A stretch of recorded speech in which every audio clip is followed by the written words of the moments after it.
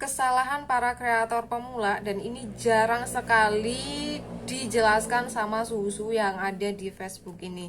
Jadi kali ini aku mau menjelaskan sedikit tentang hal-hal yang memang wajib kalian perbaiki. Kalau misalkan kalian sudah bikin konten banyak ya, kalau misalkan buat kalian yang baru bikin konten, nah tonton video ini sampai selesai karena emang ini bakalan berguna banget buat kalian gitu.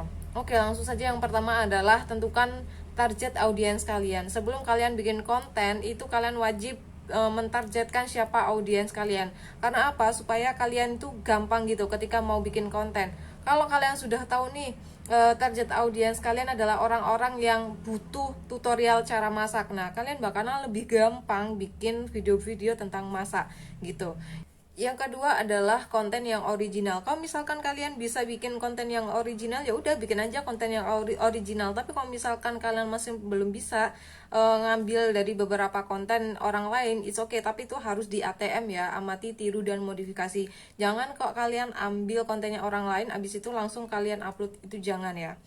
Oke, yang ketiga adalah tidak mengoptimalkan SEO. SEO ini apa sih? SEO adalah Search Engine Optimization, di mana konten kamu akan direkomendasikan sesuai dengan isi konten kamu. Misalkan kamu bikin konten tentang memasak, tapi deskripsi kamu itu nggak sesuai dengan apa konten kamu. Setelah itu hashtag-hashtag yang kamu kasihkan kayak FYP ini apalah segala macam, itu kalau nggak sesuai dengan konten kamu, ya orang mau cari konten kamu gimana gitu, nggak bakalan ketemu. Jadi kalau kalian bikin konten memasak, itu berarti deskripsinya pun harus sama tentang memasak. Begitupun dengan hashtag-hashtag itu tuh harus sama sesuai dengan konten kalian itu tadi. Kalau semisal konten kalian nggak sesuai sama kalau deskripsi kalian nggak sesuai sama konten, ya orang bakalan susah gitu ketemu sama konten kamu gitu. Oke ya, gitu. Yang selanjutnya adalah kualitas video. Nah, gimana kalau misalkan aku masih punya device yang biasa? Di sini buat pemula nggak usah khawatir. Misalkan kalau kalian masih punya device yang biasa, contoh masih menggunakan HP yang Android, nggak apa-apa. Aku pun masih menggunakan HP Android sama gitu.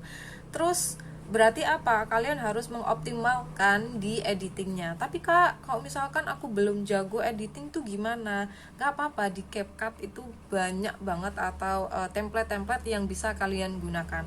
Ingat ya, untuk awal itu memang gak apa-apa videonya masih kurang bagus atau kualitasnya masih kurang bagus, itu gak apa-apa karena itu adalah permulaan, dan one day itu bakalan kayak bagus sendiri gitu, dan kalian juga harus upgrade skill gitu. Jadi nggak apa-apa kalau misalkan masih yang kurang bagus, nggak apa-apa gitu. Selanjutnya adalah mengabaikan feedback audience. Maksudnya gimana? Ketika kita setelah bikin konten ya, kita upload konten, nah terus ada yang kayak komentar gitu, oh ini gini-gini ya gini, tapi kalian kayak nggak ngebales. Nah itu kalau bisa jangan kayak gitu ya. Misalkan kalau misal ada yang komen apa, nah itu dibalas komenannya gitu. Selanjutnya adalah video yang terlalu panjang atau terlalu pendek. Nah, ini juga harus kalian perhatikan. Terlalu panjang video itu juga kurang bagus karena kan orang juga bakalan bosen. Tapi kalau misalkan video juga terlalu pendek, itu juga kurang bagus karena apa? Informasinya kurang lengkap. Jadi di sini sangat diperhatikan. Yang perlu diperhatikan adalah durasi dalam membuat video itu tersendiri. Yang selanjutnya adalah tidak ada call to actionnya. Call to action itu apa sih? Biasanya kalau kita nyebutnya adalah CTA, dimana setelah audiens kita melihat konten-konten kita, itu ada penjelasan di bawah. Jadi apa yang harus mereka lakukan itu ada keterangan kecil gitu. Misalkan kalian bisa lihat reels aku sebelumnya. Di situ aku sudah setelah ngasih beberapa penjelasan apa yang harus dilakukan sama audiens aku, itu ada di bawah. Nah, CTA itu kayak gitu. Lanjut part 2.